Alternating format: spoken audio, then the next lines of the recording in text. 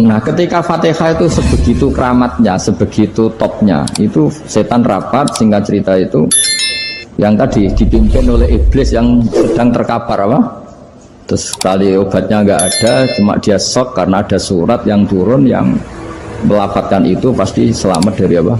Neraka. Nah ini gimana saran Anda? Terus sarannya adalah bikin orang-orang itu lupa, tidak baca Fatihah. Nah ini rapatnya iblis. Izhabu wajtahidu hatta tufilu qulubahum hatta la yaqulu hadhihi surah. Kala yuksiru qira'ataha wa la yakunu lahum ajrun wa thawabun bal yakunu lahum adzabun wa iqabun. Kemudian yang terakhir saya beri ijazah tentang Al-Fatihah ya, karena ini surat yang populer. Kalau saya ijazahi Quran 30 juz pasti sampean nggak hafal. Atau ijazah surat Baqarah, kalau mau Baqarah mau. Ijazah surat Baqarah mau 2 juz setengah. Mau Mas Asep?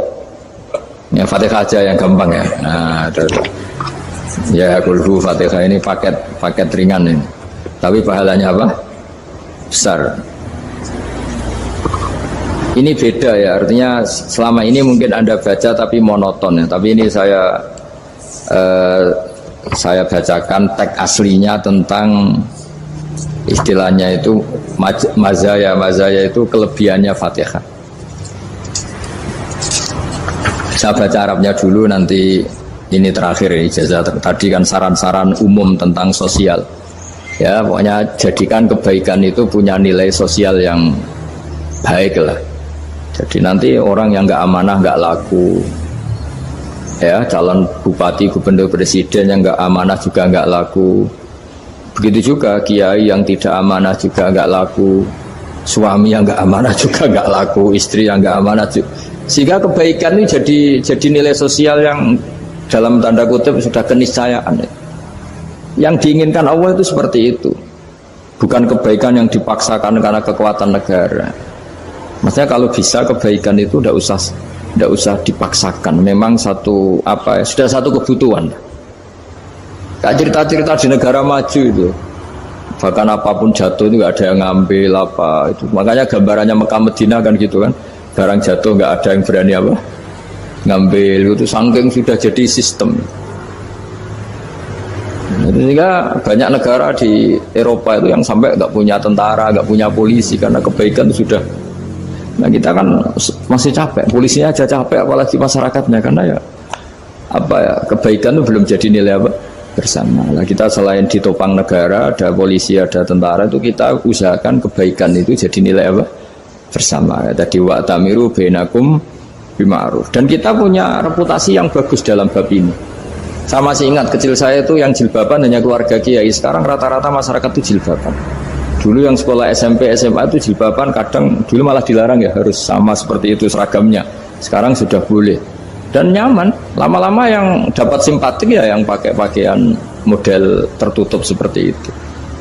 Lama-lama gamane cara wong golek mantu ya golek yang seperti itu daripada yang blodor. Lama-lama jadi nilai bersama. Ya ingin saya seperti itulah. Di terminal juga sama. Orang mau makan cari warung yang kelihatan ada ayat kursinya, pakai jilbab, atau paling enggak dia enggak mungkin lah nyuguhkan yang tiren atau yang haram. Kan ada garansi sosial, ada apa? Ada garansi apa? Sosial dengan penampilan yang soleh itu kan, masa iya nyuguhkan oposan babi gitu misalnya itu. Jadi nilai sosial itu harus ya tadi harus benar-benar jadi nilai sehingga negara biar gak capek-capek. Polisi juga gak capek kan, karena tugasnya orang Jawa mau ngawat-ngawati tok, tapi sudah tidak perlu tegang karena kebaikan sudah jadi nilai apa bersama. Ya, ingat-ingat ya ayatnya tadi, wa'tamiru bainakum bima'ruf. Jadi kebaikan itu harus jadi nilai bersama. Iktimar itu menjadi urusan bersama. Makanya kalau kita rapat besar disebut apa? Muktamar. Muktamar itu urusan bersama.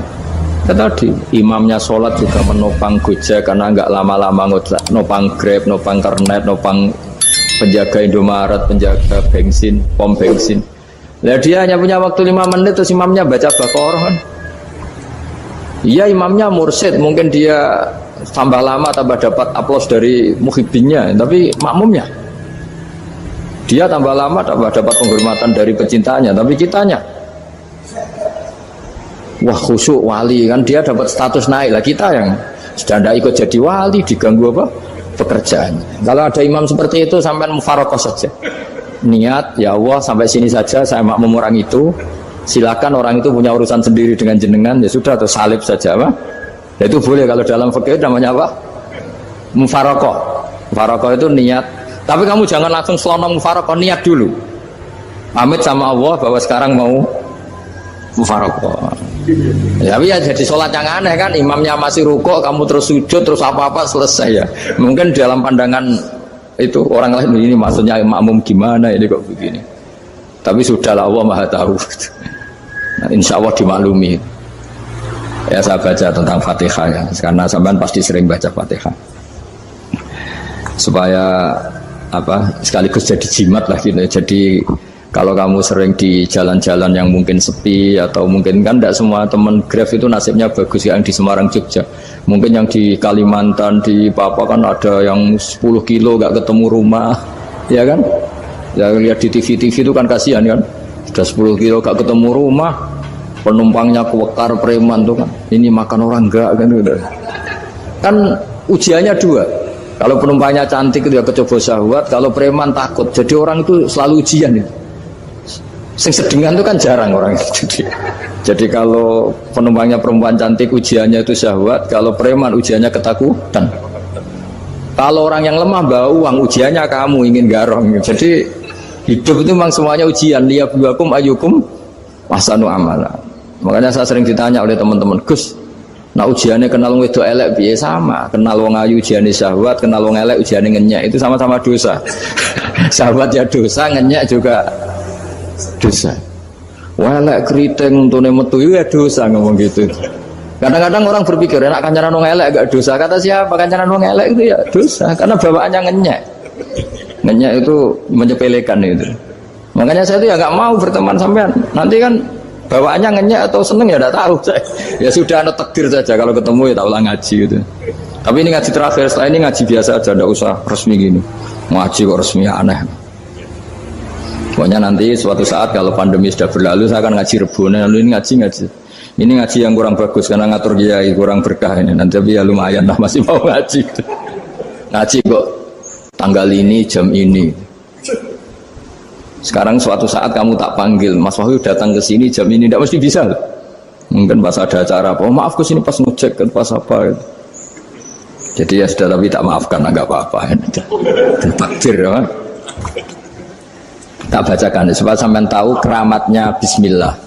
Nah sebelum saya bacakan Bismillah Fatihah, tak beritahu tentang ilmu tafsirnya, karena ini penting sekali. Fatihah itu dawuhnya Allah, tentu itu dawuhnya Allah. Saya ulang lagi, itu kalamullah. Tapi yang sudah diberikan kesampaian ke kita semua, sehingga seakan-akan itu menjadi dawuhnya kita ke Allah. Jangan salah loh ya, Fatihah itu dawuh Allah, tapi sudah diberikan ke kita, sehingga posisi kita itu yang punya itu.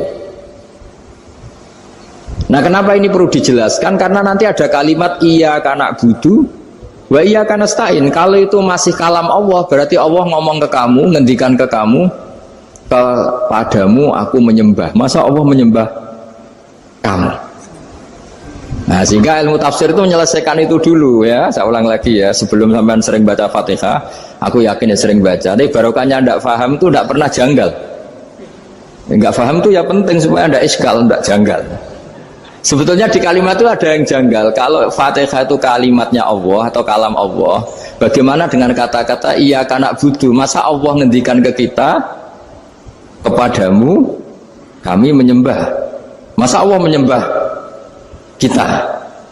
Maka penyelesaiannya secara ilmu tafsir gimana? Semua ulama mengatakan, bukan satu dua, semuanya mengatakan di Fatihah itu semuanya diberi kawalan kalimat.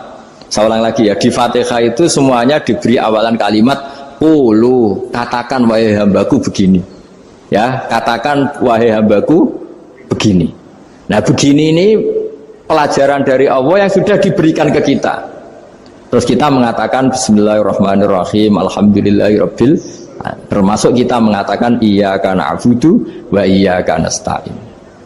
Jangan bayangkan Allah ngendikan ke kita. Kalau Allah ngendikan kita berarti gini, hei wahyu, ihdinas siratal mustaqim, tunjukkan saya jalan yang benar. Nah nanti kamu terus, ya Allah, Anda aja minta tolong saya minta tolong siapa kan? Jadi panjang kan?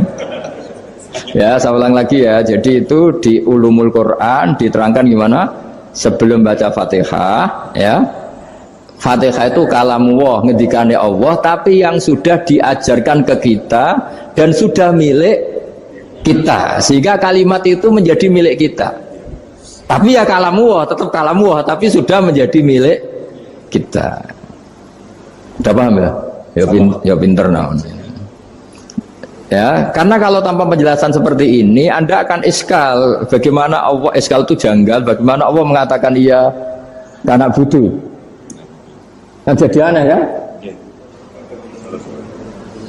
Ya, jadi tak jelaskan secara ilmiah ya. Jadi kata ulama-ulama tafsir, ayat-ayat Quran seperti ini sebetulnya dimulai dari qulu apa? Meskipun nggak dilafatkan. Itu kan sama dengan qul huwallahu ahad Muhammad. Katakan kalau Tuhan itu satu. Ya namanya Quran itu kan kalam Allah, membina nabinya, membina umatnya. Makanya dikatakan atau enggak, di sini tersembunyi kata qulu, katakan. Ya.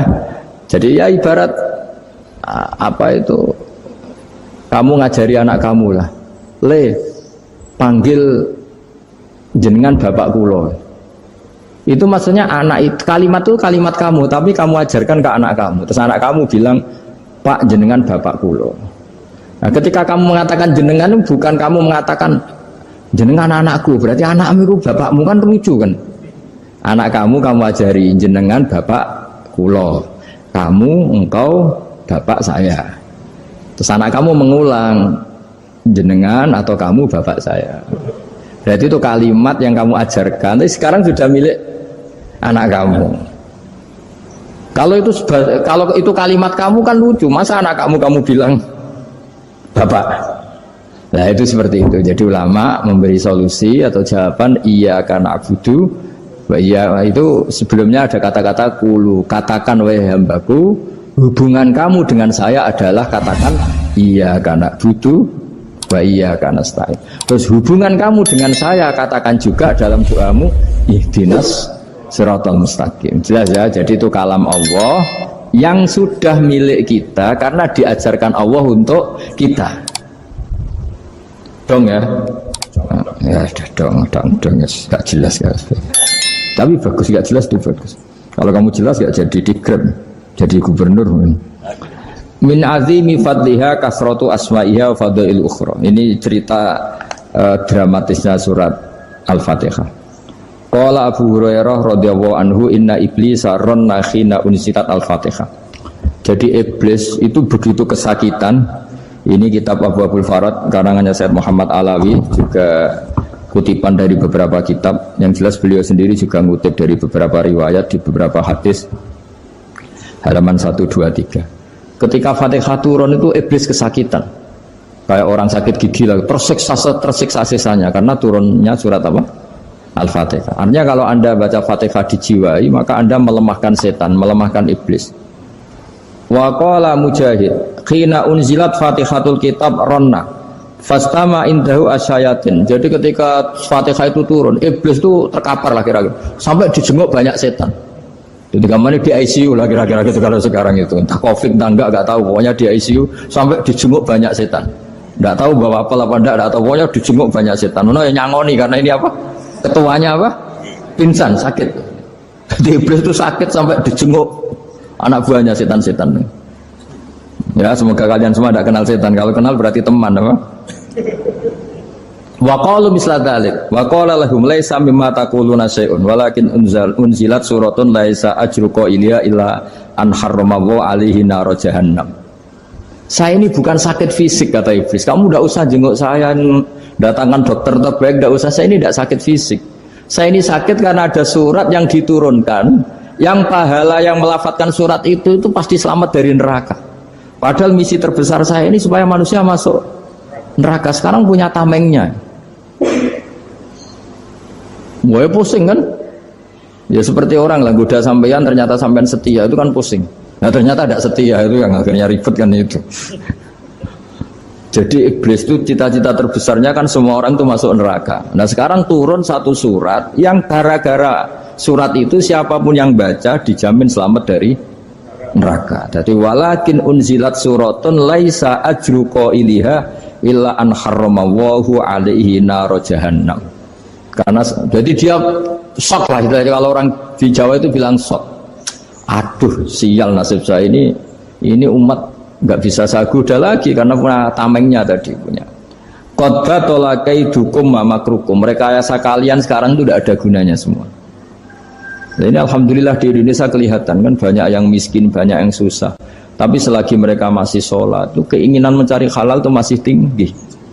Kayak apa kita di tengah kota, jauh dari anak istri, jauh dari tetangga.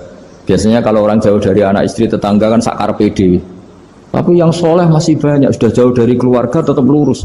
Loh, kalau yang dekat lurus kan wajar, konangan wong akeh kan. Ini sudah jauh masih lurus. Nah ini nggak lepas dari barokahnya surat apa? Surat Fatihah tadi. Jadi karena ada surat yang menjamin pelafalnya atau qailiha terbebas dari api neraka.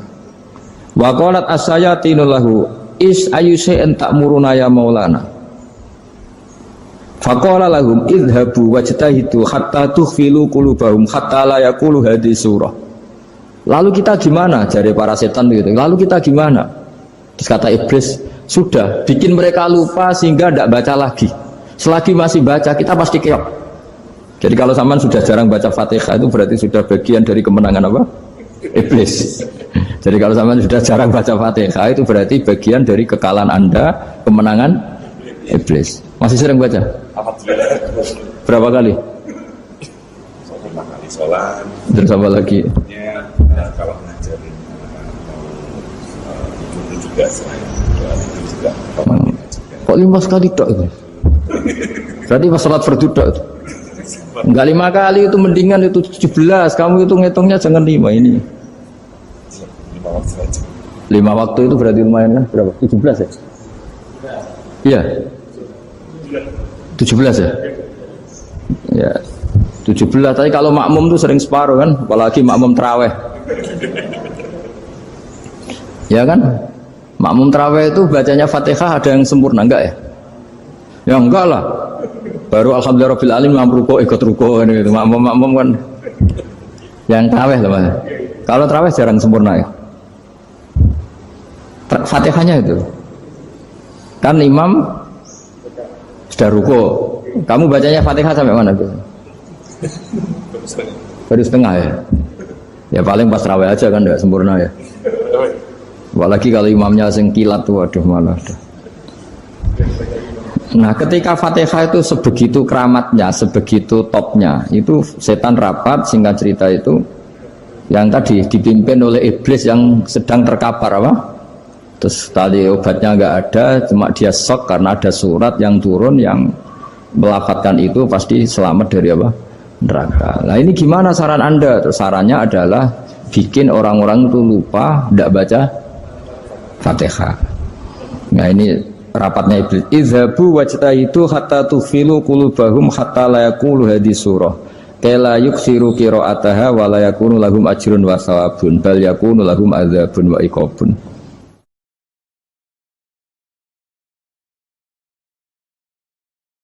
Jadi saya mohon selama ini Anda sudah baca, tapi mungkin hanya rutin saja. Kenapa rutin saja? Jadi barokahnya ngaji ini kamu punya kekuatan atau punya semangat membaca karena ini surat yang luar biasa. Ibarat gini, kalau sampean tanya, saya juga sering mikir, masa Gus hanya surat kok punya kekuatan seperti itu?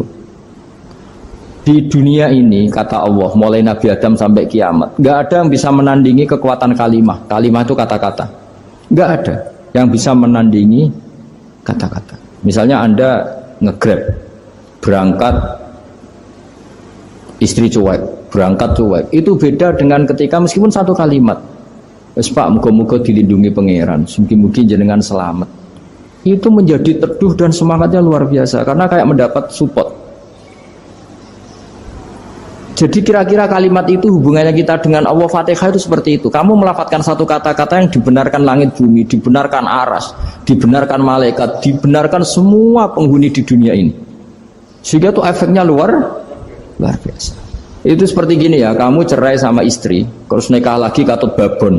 10 tahun anak kamu dididik, ibunya benci kamu. Dan memang Anda layak dibenci. Duwi dek. Dan sampai nggak pernah manggil kamu Pak. Suatu saat, kamu tentu rindu kan, ingin dipanggil Bapak oleh anak kamu. Suatu saat anak ini manggil kamu Pak E. Wah itu senengnya bukan main. Hanya sebuah kata-kata. Makanya kadang-kadang orang itu tanya sama kiai, ijazah lafadz ini gunanya apa sih? Itu ijazah-ijazah itu untaian kata-kata. Yang kata-kata ini dibenarkan langit dan bumi dan aras dan para malaikat, sehingga efeknya itu luar. Nah ibarat seperti itulah, kamu melafadzkan Fatihah itu melafadzkan kata-kata yang dibenarkan Allah dan Rasul dan semua malaikat, semua penghuni langit. Maka ini efeknya pasti luar.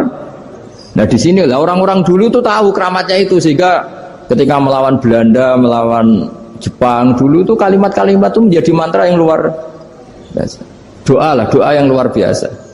Tapi di era modern karena orang sudah tidak ngerti itu, dianggap itu mantra, jimat, khurafat, bid'ah, waduh ribet menemal.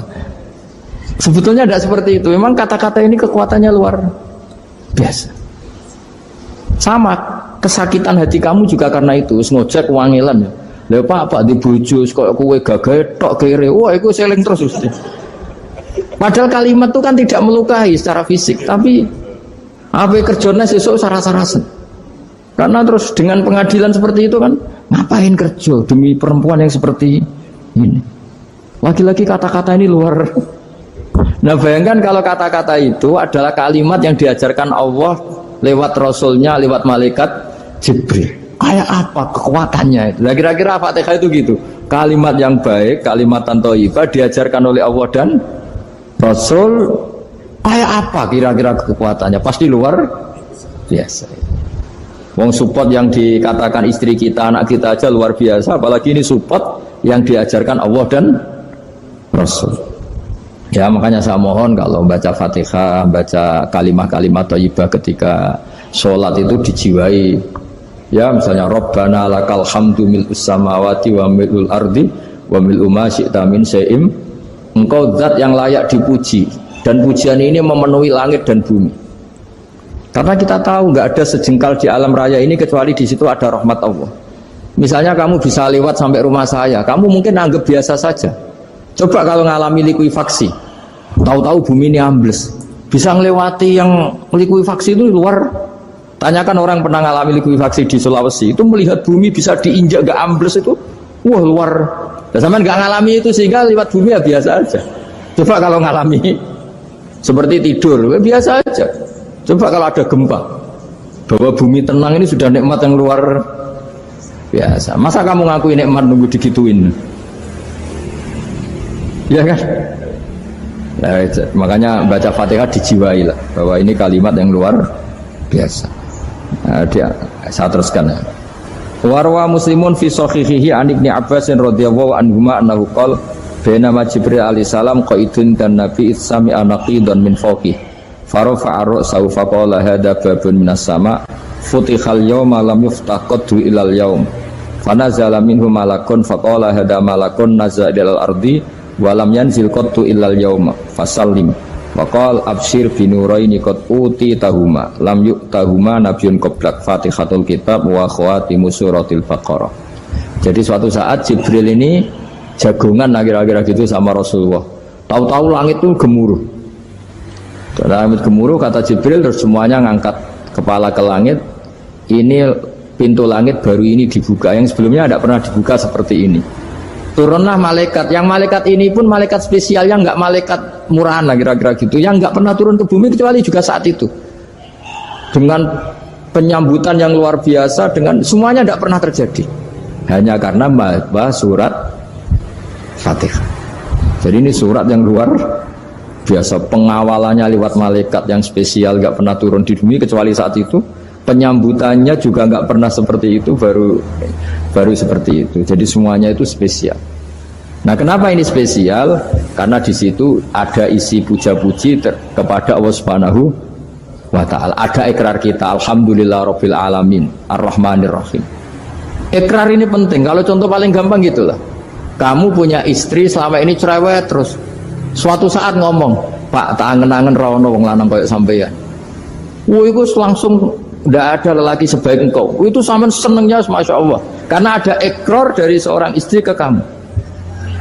Nah bayangkan kalau ikrar kita sebagai hamba diakui oleh Allah Subhanahu, maka ikrar ini akan dicatat sebagai kebaikan kita yang kita panen nanti di akhirat. Karena ada ikrar, kita ikrar bahwa Alhamdulillah Rabbil Alamin, kita ikrar Ar-Rahmanir Rahim, kita ikrar Maliki Yaumiddin, kita ikrar Iyyaka na'budu wa iyyaka nasta'in. Sampean misalnya jadi orang Indonesia, ketemu orang Indonesia yang makmur di Jerman, terus lupa Indonesia. Kamu orang Indonesia? Enggak, saya enggak orang Indonesia. Mangkel gak kira-kira? Mangkel. Karena salah ikrar kan gitu. Ya, jadi saya mohon jangan anggap kalimat itu hal yang biasa, tapi luar biasa. Nggih, ngoten mawon. Assalamualaikum warahmatullahi wabarakatuh.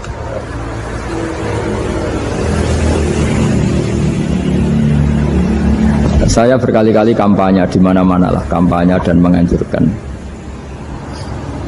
Di antara catatan dalam Suhufi Ibrahim wa Musa kan ada kan di Quran itu yang dinamakan lampiran-lampiran wasiatnya Nabi Ibrahim dan Nabi apa? Musa. Itu di antara catatannya begini. Orang yang punya akal itu adalah orang yang bisa menikmati sesuatu yang baik. Misalnya gini, contoh gampang gini. Kamu punya anak pertama atau punya anak yang masih kecil, itu gendong tuh senangnya bukan main, melihat anak sehat tuh senangnya bukan main. Mungkin saat itu banyak orang yang sedang maksiat dengan perempuan nakal atau dengan teman-teman nakalnya, yang nganggap seperti itu tidak nikmat. Tapi andekan ini ditimbang ya ditimbang. Yang maksiat tulan misalnya paling ukuran bahagianya itu 70%. Tapi yang ini, yang nimang anak baru lahir atau masih kecil, corong Jawa ngeloni anak, bisa saja bahagianya itu sampai 100%.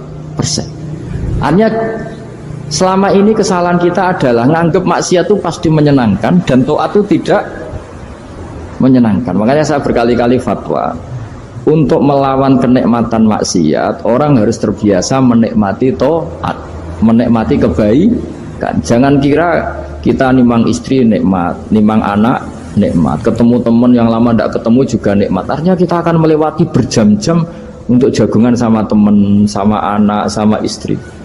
Dan itu harus kamu nikmati supaya mengganti tidak berkebutuhan nikmat yang lewat jalur maksiat. Jadi saya mohon sarana-sarana yang menyenangkan itu, yang taat itu kita maksimalkan.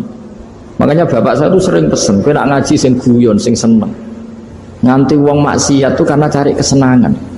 Coba kalau kesenangan itu sudah didapatkan saat taat, maka tidak butuh lagi kesenangan yang berbentuk maksiat.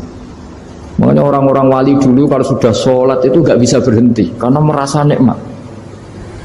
Makanya Nabi pernah ngendikan wa qurratu aini fi sholat, nyaman saya itu kalau sedang sholat. Sekarang ditagih kan, nah zaman rukun kan gak ditagih, nah istukaran kan di. Terus kita jadi kiai bingung. Jare sing ngutangi kon 7 juta, mergo pedet dihitung. Jare sing utang murian mau 3.000, Gus. 3.000 untuk pentol, siomay.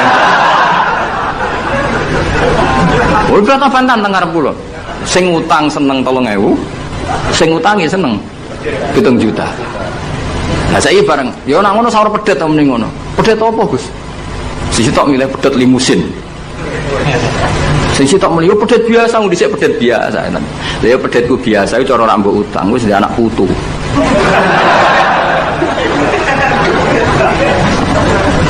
Coba tahun 70 nak duwe anak putu wis luas kan. Tapi jare sing utang, lah anak mati.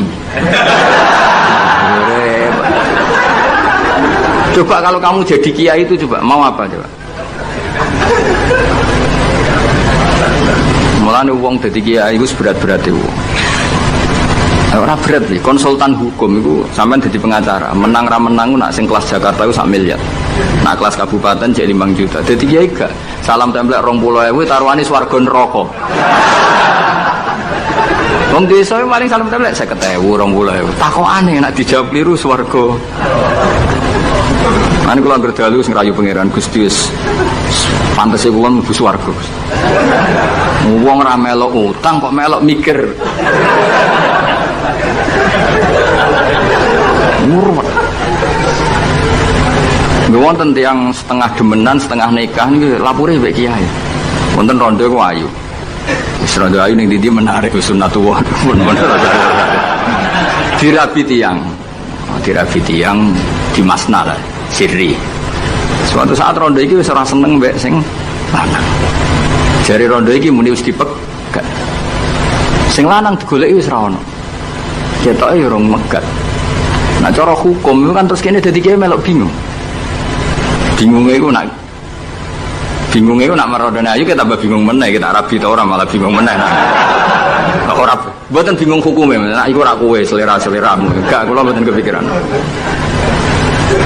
Bingungnya gini, kita ini kan menghadapi dua hukumnya Allah Ta'ala. Nak delok tolak dan tidak tolak, berarti cara al-aslu adamuhu. Berarti kalau mungkin tolak, mungkin tidak, pilihannya tidak tolak, karena al-aslu adamut tolak. Tapi kalau melihat al-musaddaq fil uqud itu biqauli arbabiyah atau qaulu arbabiyah. Padahal ini perempuan ini mengklaim sudah ditolak.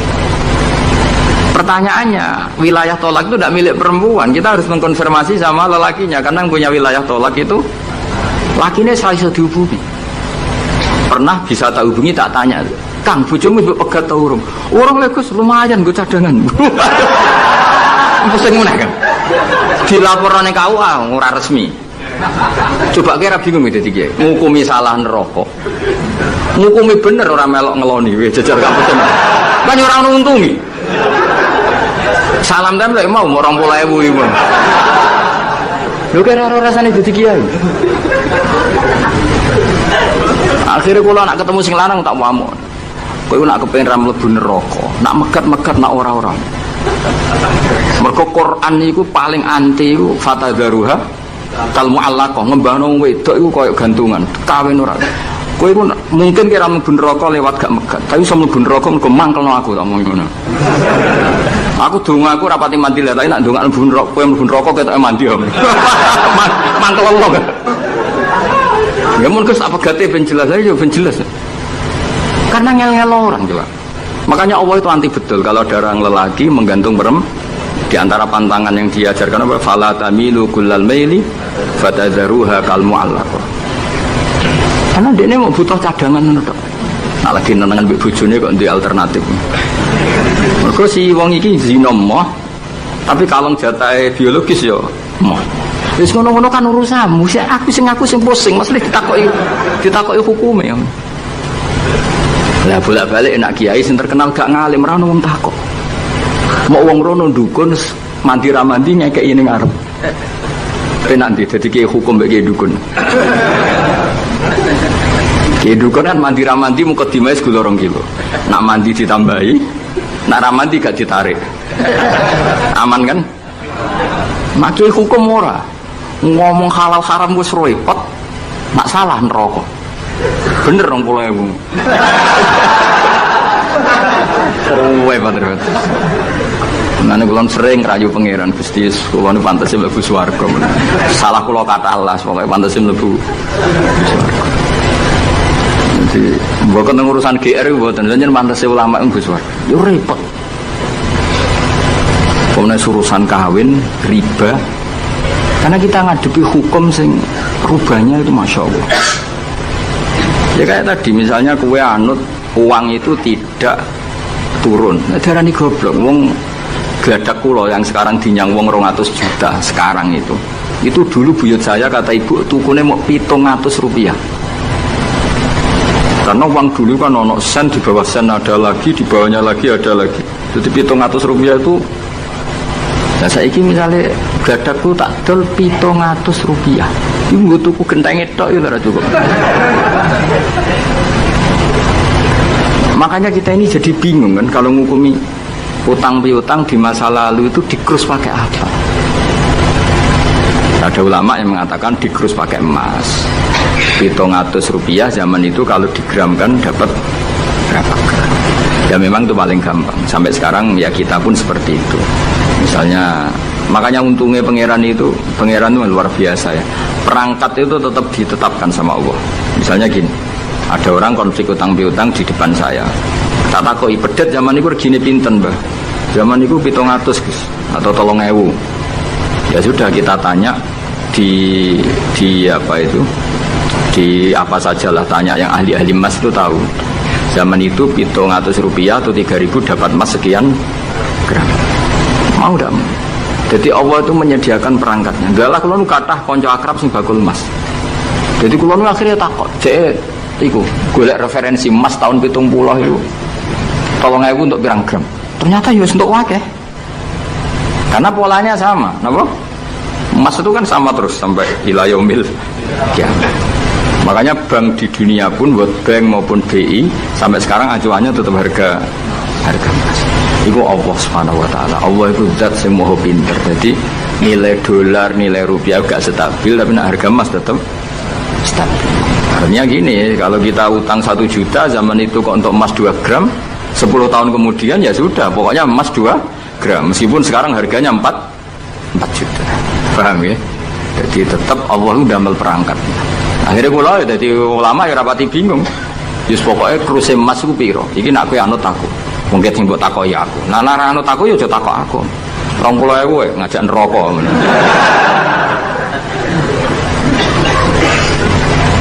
Ya, maksudnya ini masih ngaji ini mboten. Nah, mulane akhir ayat sing turun ku ayat den be ayat riba.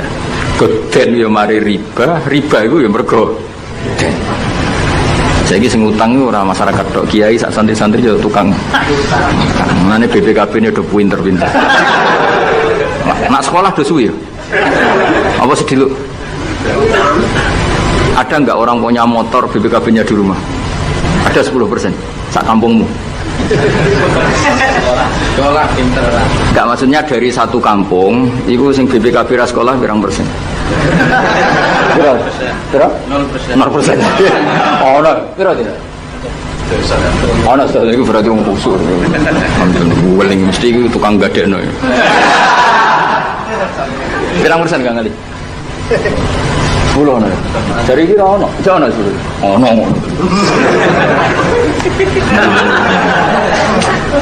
Saya Piro pirang persen ya? Semua tok.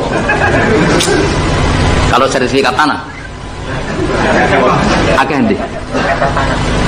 Maksudnya lebih akeh sekolah ya apa akeh ning omahe?